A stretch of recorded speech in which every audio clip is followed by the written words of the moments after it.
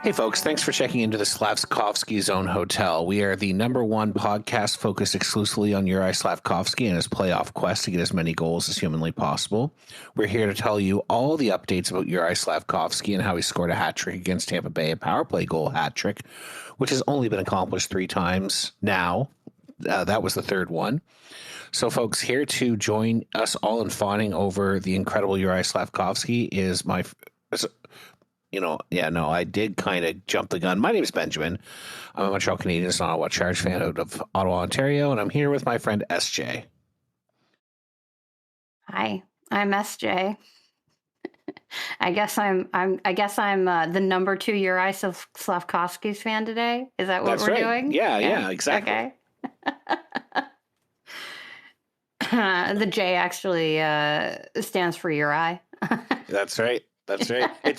It's SJ. It's Slavkovsky, Uri. That's what it stands for.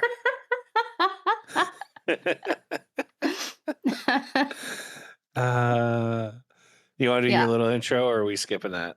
I guess I'll do the rest of my intro. I'm SJ. My pronouns are they, them, and I am a Seattle Kraken, Seattle Torrent, and most importantly, because they are Western Conference Finals bound Everett Silvertips.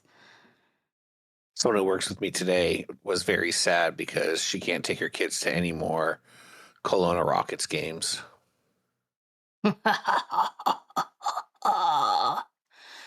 Crushed. They won one, right? They did that, and it was a really insane game because the Silvertips, they were in Kelowna. This was game 4. The Silvertips had won the first 3 games.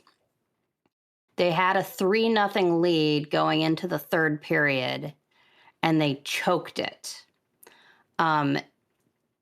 Tijagin scored a power play goal, and then suddenly Kelowna was scoring again. And this was they had held it Iginla pointless throughout the series. That Kelowna Rockets team is really carried by Iginla and Chihas. Calgary Flames fans, you might know a little bit about what it's like to be carried by an Iginla. Yeah, indeed. I mean, they're still a good team. It's not like there's nobody behind him. Chihas and Politan are both great. The one thing, so they totally choke it. They come back to tie it, and it goes to overtime. They tied it with 8 seconds left in the game, so it went to overtime, and then Iginla scored in overtime to win the game. And what I found out later was one thing that they did was they switched goalies in going into the third. Kelowna did, and I was like, well, they really should have done that earlier, because I was sitting there watching those first 2 games. I was 100 feet away from Bottiger, and I was like, this guy sucks. No wonder keep scoring on him. He was really, really bad. And the fact it's almost surprising it took them almost halfway through that third game before they swapped goalies, but Bonini was terrible in the regular season. I looked up his stats, and he was just awful. He was an 870 goalie, but they swap him in, and he just doesn't give up anything. It was like he had suddenly turned himself into Carey Price or something. And it was really, really funny. It's like backup goalie magic or some shit. So they win that game, and then they come into Everett, and in game 4, Kelowna did outshoot Everett. Teams don't really outshoot Everett because Everett they play a lot like the Carolina Hurricanes. It's everybody to the net. Everything goes to the net.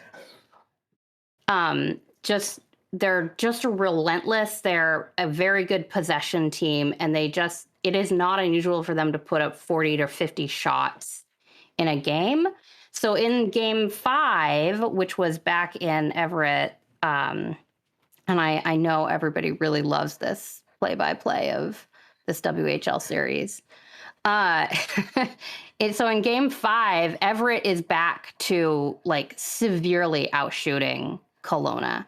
Everything is they're just killing them with possession. They're defending really well. They're getting pucks back. They are peppering Bonini, and Bonini is letting like nothing in. And I was dying that entire game. Like, I was there in person. I thought I was dying. It was so stressful. I'm find the hi, Leif. There was just a line brawl in the Habs Lightning game. Oh, great. Yeah, Jake Evans was punching Jake Gensel in the back of the head several times. Kucherov like ducked down under a hit from Kirby Dach and sent him flying. One of the refs was literally just standing back watching it happen. It was deeply funny. It should surprise you not at all. It got started by Corey Perry. Oh yeah, no, absolutely faking a headshot and then getting angry when it didn't get called. Sounds like the Tips are doing well. Continue. Yes.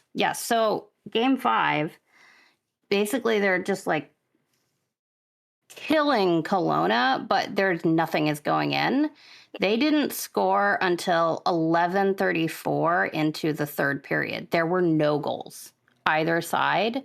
I felt like I was dying. And then Carter Bear, Detroit Red Wings prospect Carter Bear, scores shorthanded to open it up. And it was absolutely incredible. And then 18:47 into the third, Shane Smith of Kelowna ties it. And we're like, are you fucking kidding me? So it went to overtime again, but 40 seconds in, so he was still on his first shift. Like I think the forward line had come off, but DuPont was still on. DuPont scores with a screenshot practically from the blue line. Like, he was looking for a deflection. It didn't deflect. It was just screened, and series over. Just incredible. I almost cried just from like the sheer release of tension. I'm not good at watching playoff games. I get so anxious and so stressed out that I feel like I am like physically, I have a strong physical reaction that's really unpleasant. I don't recommend it. People should not care that much about children playing hockey. Like, literally children playing hockey. Not even my children. Like, I don't even know them. Yeah, they want to be professionals. They got to get used to this sort of thing right now. I'm just going to send you the picture of all the Habs in the penalty box because it's very funny. Oh, look. Well, they're not sitting on top of each other yet, so there's always room for more. So true. Somehow the Habs end up down 2 players off of that, by the way. Oh. The refs have been real sketchy this series. Well, that's Cooper. That's a John Cooper series for you, though. He is the absolute master at working the refs. It is truly an art form. Truly an art form. Yeah.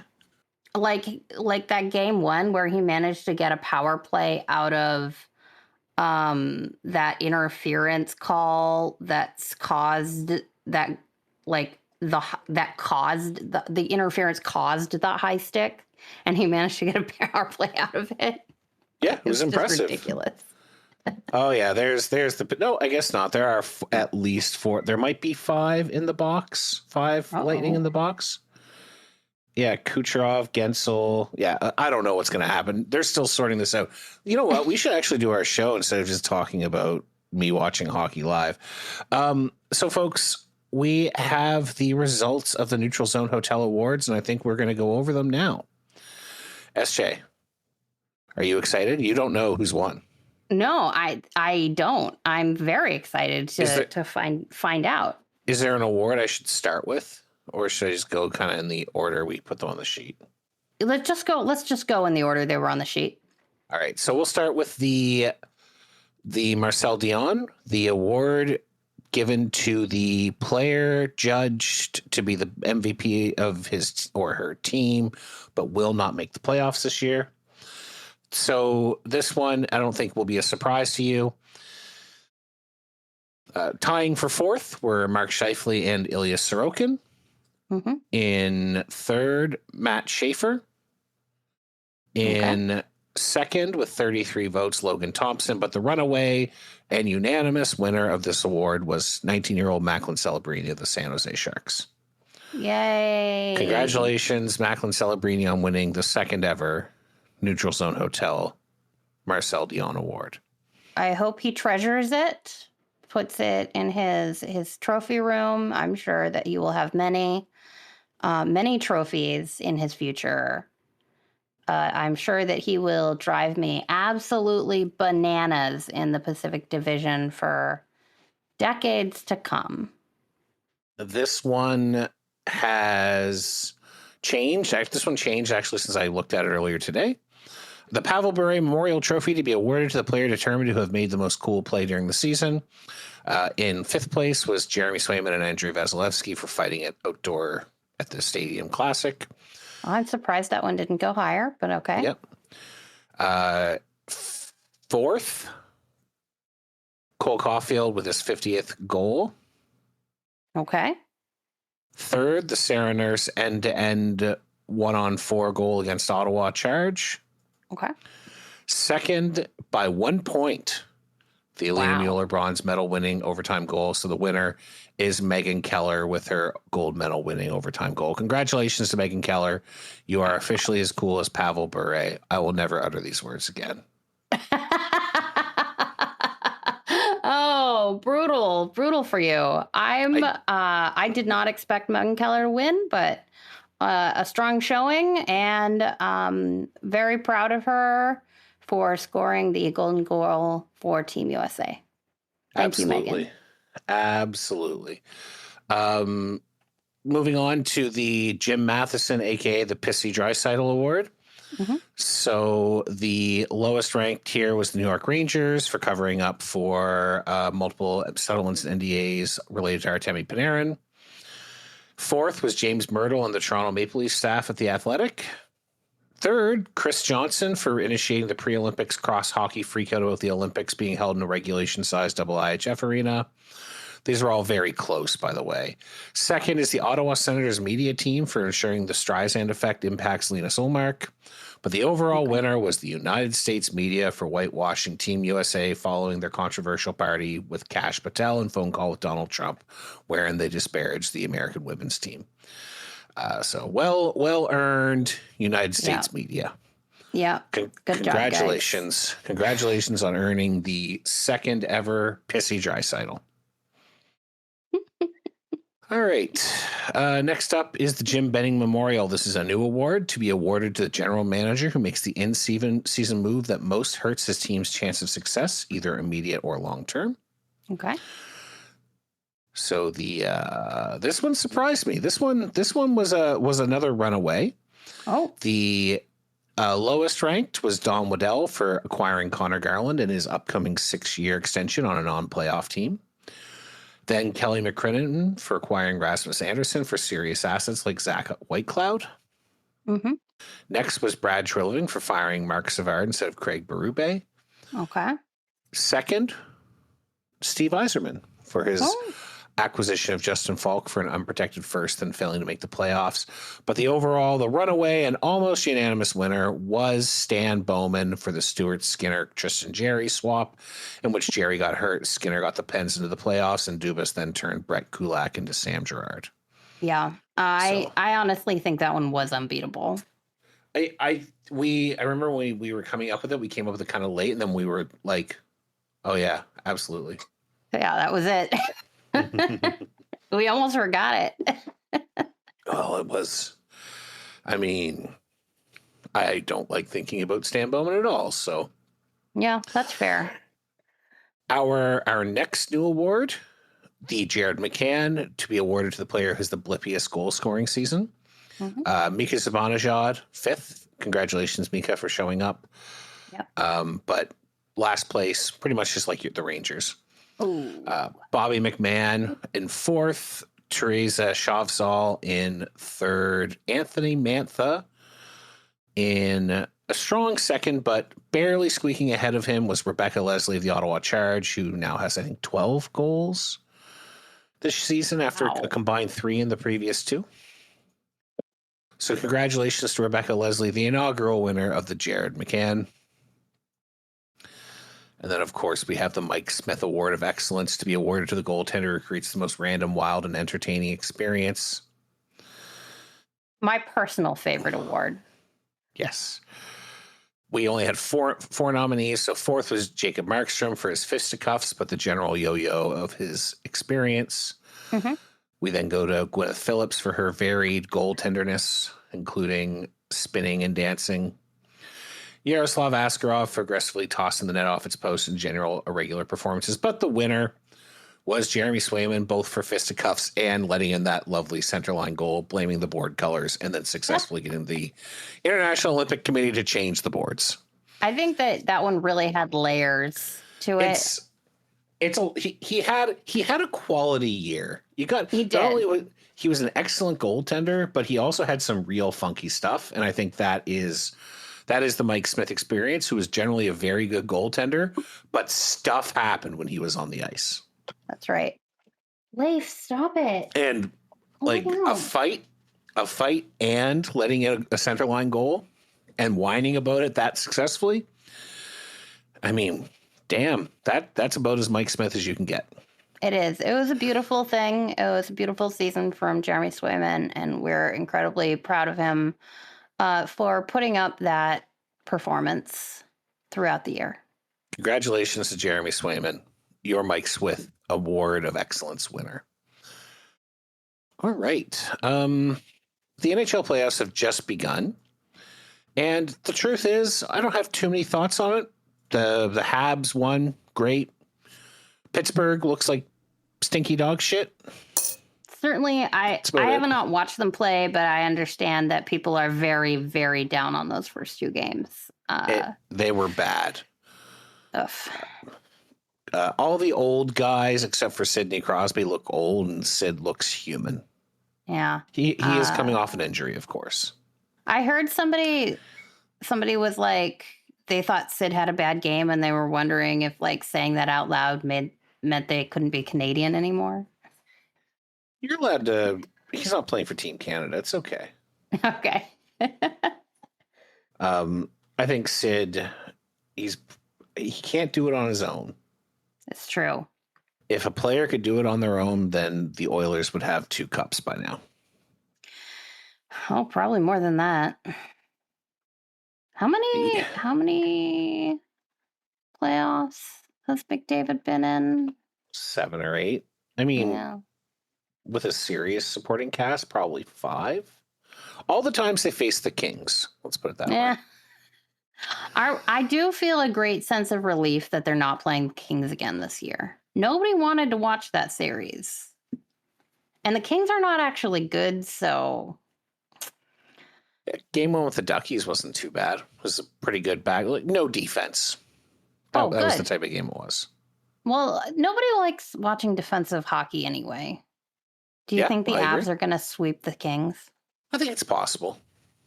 The Kings are really bad. They shouldn't be there. No. I think they were worse than 4, 5 teams in the East. I don't know. I'd have to look it up. But yeah, this is kind of an outlier year in terms of we aren't there. 1 through 16 is not in the playoffs. You generally get like one of those that doesn't make the playoffs, right? One. Yeah. But I think this year it was the entire Pacific Division shouldn't have made the playoffs. No, not quite that bad. Not quite that bad, but pulling it up now. Hold on. Let's go look. You can tell we did our research before having this discussion. Yeah, so the Golden Knights had 95 points. The cutoff in the East was 95. Okay. Or was 99. But that doesn't mean that they weren't in the 1 through 16. Yeah, I mean, I don't know. I'm looking on Wikipedia because NHL shut down their season page, so it's harder to sort. But the point is, standing. they were not. They were below wild card level in the East. Okay, and Moser just needs someone in the face. Holy shit! These guys do not like each other. So, if it had been 1 through 16, Vegas is 13th, Edmonton 14th, Utah 15th. So Vegas and Edmonton still would have been in. And Detroit would also have been in. And Washington. So really, if you go 1 through 16, the only teams that missed out were Detroit and Washington. Washington was better than Vegas, Edmonton. And CBJ misses it on a tiebreak. The Jackets miss on a tiebreak. Anaheim would have been out, and LA would have been out. So just Anaheim and LA. Fair enough. But nobody wants 1 through 16. Even the people who want to reform the playoff format, they want 1 through 8 in each conference. Well, I don't want 1 through 16. I think 1 through 16 is a... I don't think we need it because it's not, you don't play every team an equal number of times. Yep, I agree. The fact that the Pacific was so weak was a huge advantage to the Central. There was more parity in the East, but the Atlantic was still very strong. So it was harder to get in as an Atlantic team. Yeah. So I think 1 through 8 would have been fine. Yeah, I like 1 through 8. There you go, Gary. We fixed it for you. You're welcome. Well, so we still got 1 through. We still have if you go 1 through 8, we still have the right teams. It's just who plays each other in the first round would change, which is always the case. But Gary's going to retire soon, and then the next guy is going to redo this playoff seeding. It's going to be an easy win. Well, my assumption is that the next general manager the next commissioner of the NHL's job will be to modernize a lot of the aged aspects of the game, like the playoff format, like the points format. Mm-hmm. I have a suspicion they're going to hire someone from another sport who has big ideas. I don't think it's going to be a hockey person. You don't think it's just going to be Bill? Bill Daly might get one term, like a 5-year. As babysitting? Thank you for your service. You're also quite old, and your job is to find the real guys, the next Gary Bettman, who's going to be here for 30 years. And to be clear, I can see why the owners might do that. From an ownership perspective, Gary Bettman has been a very successful commissioner. I know it's in vogue to complain about him, but if there's anything we learned from our deep dive into Alan Eagleson and the commissioners of the previous years, it's that they were really, really ineffective at doing anything to further the game. And that's not just because Alan Eagleson didn't push them. It's because they were small-minded, entrenched men. who were minor leaguers, basically. Bettman was a major league player. In his old age, I do think he's gotten pretty conservative. And I do think he doesn't take the big swings that he could have taken in certain places to maximize the game. And I think that hurts when there's so much competition from basketball and soccer, less so baseball and football. But football, of course, is its own thing in the United States. But soccer and basketball are making inroads and have made inroads, and which is fine. But I think it's getting to be time for a change. But that shouldn't take away that Bettman is the reason hockey survived the 1990s. The various ownership scandals of the early 90s, and to be fair, into early Bettman era, like the John Spano thing is on Bettman to a pretty big extent. But getting out of just bad league ownership in pretty much every market took him almost 30 years to do it. More than 30 years, actually, if you consider Melnick and Ottawa. I think that's the last truly stinky owner. I think you could. Well, I think you would get arguments, from Mr. Trevor. Aquilini is stinky in a different way. He is stinky in a, I'm going to take advantage of the fact that Vancouver fans will give me money until they die way. But the team is forced to invest to a certain level by the CBA. Mm-hmm. Nothing is Harold Ballard bad. Wasn't Maruello the last one? Yeah. Well, yeah. I mean, obviously he's long gone. Yeah, but Maruello was like, Bettman both brought him in and got rid of him. Like he didn't have to sell to Maruello in the first place. Maruello, I look at Arizona as, and you know, for all the nice things I'll say about Gary Bettman, I don't think he batted 1,000 at all. Oh God. The NHL's Southern expansion and relocation strategy worked, except for Arizona. And you consider the amount of teams they moved down there or added. Well, what about it? It didn't work in Atlanta. Okay, well, that's two. We'll go with two failures, Atlanta and Arizona. And when you look at the amount of teams they put down there in the period of time they did with the historical entrenchments, I don't want to say against hockey, but certainly that hockey has to overcome to be successful in those markets, that's a really good track record. And he's not responsible directly for like some of the early ones, but like Anaheim, San Jose. Anaheim has a cup. San Jose was successful for a very long time. Vegas. Yeah, San Jose has good ownership. Yeah. They're coming back very quickly. They didn't to start, but again, that's Bettman moving them into a better class of ownership. Nashville, very good. Again, very, very successful for a long time. Well, they just changed owners, so we'll see. They were very successful for a long time, though. Well, they haven't won a cup. No, but they got to a finals, and they were a top flight team for much of the 2010s and considered a first class organization. They fill that building every night. Yeah, they do. They do.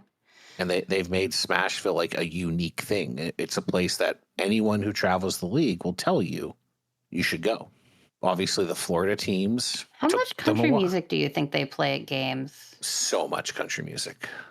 Like the Silvertips have been playing quite a bit of country music lately, and I think their DJ is just like has no sense of like theme because they just like wildly zigzag between country music and just like the absolute worst techno pop. I don't know. The country music has just been really getting to me lately. I can't say that I love country music. I can tolerate it for an evening. But I'd like to visit Nashville. I'd like to go to a game. I'm always up for a good Friends in Low Places sing-along. I think that's a solid arena sing-along. Everybody knows the words. By the way, that is a backhanded that is backhanded on the torrent, who keep picking sing-along songs at the torrent games that nobody knows the words to, and they don't put the words on the twins, so nobody sings along. Everybody's like pretending like they know the words, but like no one's singing. I'm sorry, but nobody. And why would the karaoke choice be between two Olivia Rodrigo songs? Okay, that's a tangent. I'm sorry. But tell us how you really feel. Yeah, the point I was making is that I think that the Southern expansion generally went well. Mm-hmm. And yeah, 2 teams had to be moved, one of which ended up in a non-traditional market anyway, which was Utah. But the Murillo was like, Arizona is a huge market, and it's a huge television market. I understand why they wanted to keep a team there, and I understand why they put as much into it as they could to keep it there. I do. Mm-hmm. But they ran out of ownership, and they ran out of time. And Murillo, maybe Bettman accepted Murillo a little bit out of desperation. I don't know. Maybe we'll get that if he ever writes his memoirs. I'd be interested to read the man's memoirs. I'm really, really curious about some of these things that happened. I mean, it would be interesting. I'm not sure how like honest it would be. I think he'd be pretty. I mean, he's not going to tell you the top secret stuff, but I think, especially given that a lot of these characters from the 90s are dead, I think he would give us. I think he would give us some honest truth on that stuff. I don't think we'll hear the truth about Murillo or whatever. I think we would hear more about John stay Spano tuned for that book review in 2040. I would love to sit down with Gary Bettman for a day and just be like, tell me everything. I want to hear it all.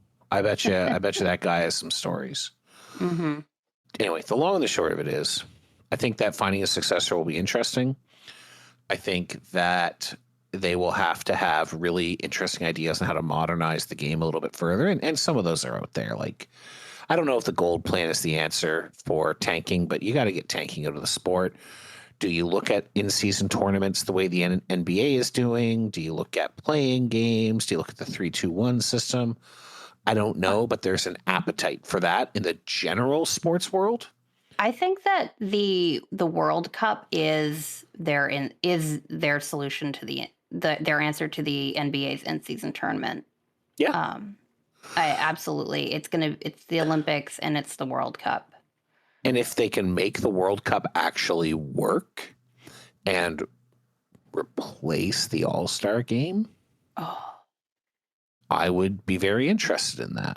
Yeah. I mean, they're still going to be off years, though. They're not going to do the World Cup every year. No, it should be every 4. But yeah. I would be interested in seeing them find other ways to replace the All-Star game. Yeah. To make it actually soggy. Well, it's always been soggy. Yeah, but it's soggy, and now there's like a layer of algae on it. The last skills competition they did was okay because they put a pretty good prize down. The guys were actually trying. You could see them breathing pretty hard after the drills. Yeah, they also put a lot of effort into redesigning it. They basically gave Connor McDavid free reign to do what he wanted. And then he won. Shocking. Hey, look, everybody, I won this competition that I basically designed. Aren't I great? I will remember Matt Barzal missing those saucer passes for a long time. It was deeply funny. It was so brutal. He was doing so well. And then he just could not saucer pass for the life of him. Oh, it was a train wreck. I was watching a train wreck. And then so Kucherov funny. Going all piss baby after he flubbed one of the drills. That was pretty funny. So yeah, that was a really good skills competition. And you can tell because I remember things that happened in it. It was probably the best skills competition they've ever had. Yeah, almost certainly. And remember, the All-Star game started as a way to fund a player who was hurt, to fund his pension, because the NHL didn't do pensions for a long time, and the NHL stole millions and millions of dollars of player pensions and used the supposed contributions, the All-Star game tickets generated, to replace their own contributions to players' pensions rather than to augment them. So just kind of hate the All-Star game now after doing the Eagleson deep dive. I kind of just hate it, like stem to stern. Yeah, it's pretty not a shining origin story. Yeah. There. Yeah. I think I'm going to do Conn Smythe for next year. Oh, that'd be interesting. Yeah. Yeah, there was definitely some dirt on him in the in Net Worth. No, he's a real piece of junk. You liked Net Worth, huh? Yeah, it was really good. Yeah, it was interesting. I thought you would enjoy it. Yeah, I had quite a nice time reading it. Managed to get the whole way through, which is usually not the case with nonfiction. Not a big nonfiction reader. I think it is a book that if you really want to understand kind of why hockey is the way it is from a financial perspective, you really have to read it. Mm-hmm. One of the best nonfiction hockey books of them all. From a business perspective, obviously the game still wins from that perspective. So I find the business of sports to be very interesting. It is. It's a weird industry. Yeah. It's pear-shaped. There's nothing quite funky. like it out there. No. And it's one of the reasons I wanted to learn more about Alan Eagleson, because he's such a pivotal figure. And I think if you were a hockey fan 40 years ago, you knew that, but you don't realize today how much of an impact he had on everything. Yeah. Like the reason negative one. The reason we got that all those labor disruptions in the 90s is because the players were negotiating from a position of ultimate weakness. And there's other characters in there. I think that John Ziegler is another one I really want to read a lot more about. John Ziegler was really interesting. Like you were talking about Gary Bettman earlier, and I was thinking of John Ziegler. Yeah, because Gary Bettman, say what you will about him, was about 100 million times better than John Ziegler as a president of the NHL, or as the leader of the NHL. Like Ziegler was so bad they had to get rid of the president title and bring in a commissioner. Yeah, but the owners loved him. Oh yeah, Harold Ballard is another famous hockey bastard that I would be very interested in doing a deep dive on. It's not just Leafs owners, folks. We could talk about the Norrises. Jack Adams. Jack Adams, yeah. Ooh, he's a monster. He's a fucking monster. Bruce Norris and Jimmy Norris. Bruce and Jimmy. Yeah. The elder Norris seems like he was tough but fair. Yeah, Jim. The guy the award is named after. Yes, Big Jim. Very smart. Even the net worth folks didn't have anything really bad to say about him. He just had two sons, one of whom was more interested in boxing and hanging out with his mob friends. And I would say Bruce is kind of a fail son. Oh, he was such a fail son. Bruce is a fail. Oh my God. And he lost the Norris family's entire grain fortune. Bruce is the reason that they had to sell the Wings to the Illiches, because he lost their fortune. And their fortune, for those of you who have not read the book, their fortune in modern day money would be like multiple billions of dollars. And he lost the whole thing. They were filthy rich. They were extremely vertically and horizontally integrated. Railroads, grain silos, grain production. It was Shipping. A massive operation. Plus, they owned Madison Square Garden. They owned the arenas in Chicago and in Detroit, and the teams, all of the teams. Yep.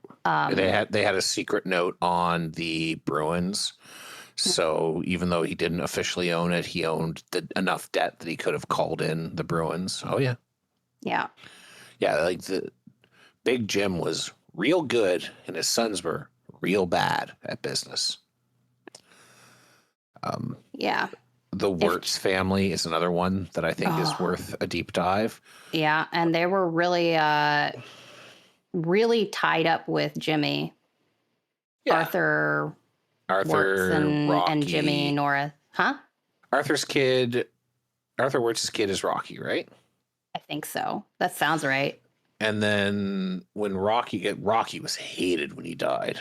Yeah. Let me The pull that Wirtz up. family ended up with the Blackhawks after So Bill, Jimmy yeah, so it was Arthur finally Wirtz, sold out. Bill Wirtz, and then Rocky Wirtz is the one who just died.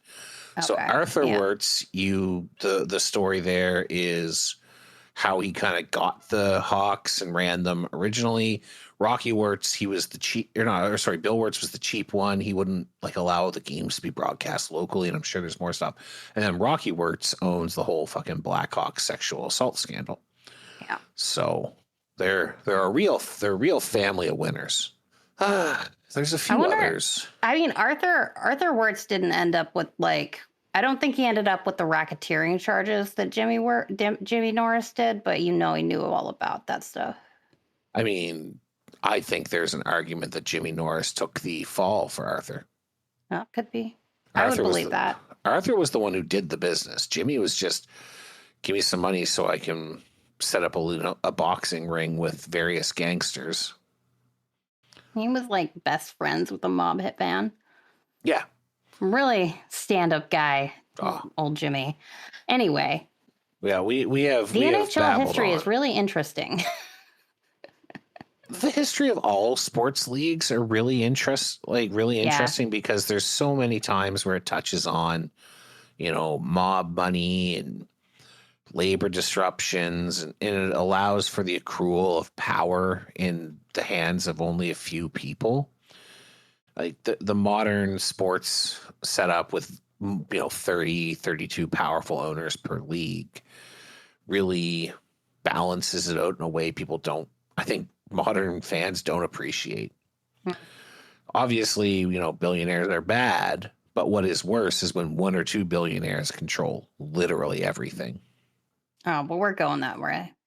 Yeah. Maybe that's me being pessimistic, but That's the global world, not the hockey world. Mm-hmm. But it's oligarchies are bad, and the NHL is less of one today than it's ever been. Mm-hmm. That's true. So it's interesting anyway. Did you see the uproar in the NBA over Tom Dundon being Tom Dundon with the Timberwolves? I did not. I knew he was buying them. Yeah, he bought the Timberwolves, and he immediately started cost cutting. And then NBA fans are like, "Oh my God, what is happening? They're not bringing their two-way players on the road with them in the playoffs." It's like he has committed a sin. Anyway, it made me laugh. Tom Dundon, folks. He's a cheap bastard. He's got a pretty tight... You know what we should do? What? Ownership bastardy ranking. I mean, I guess we'd have to come up with criteria because... Spends to the cap, general impact. Are they liked in the area? Volunteer stuff. Can we find anything volunteer-y about them? Philanthropy. That's the word I'm looking for. Mm-hmm. Do they actually hire smartly? Maybe what we're really just doing is ranking owners. Yeah. Well, that's a good. But they're all bastards. Idea. They're all bastards. They are. So. I mean, they're all billionaires. They're all bastards. Except for Rogers, which is a collection of billionaires and shareholders. Well, but wholly controlled by one family. Yeah. Who's love to sue each other. Just like normal families. I can't afford to sue my family. Even if I wanted to. What? What? You don't serve your parents with papers saying that they owe you money and also you'll be home for Christmas? Oh, boy. I really don't have anything else to talk about. I got nothing. I think we've spun this out as far as we can. In case you couldn't tell, folks, this was a kind of a low planning episode. Yeah, we still got 47 minutes out of it. Hey, it's not bad. It's not bad. No. Who knows what John will cut out? Good luck, John. All right, do the outro. Let's do the outro.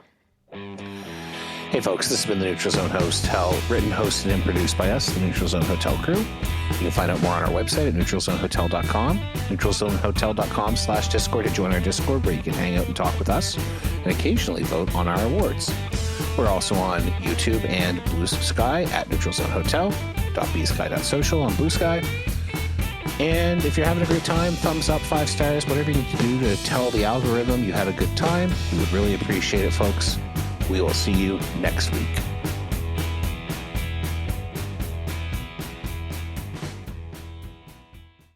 No, that was a fail, but that's okay. John will figure it out. I got a little tiny clap out of it. Say goodbye to Craig. Bye, Craig.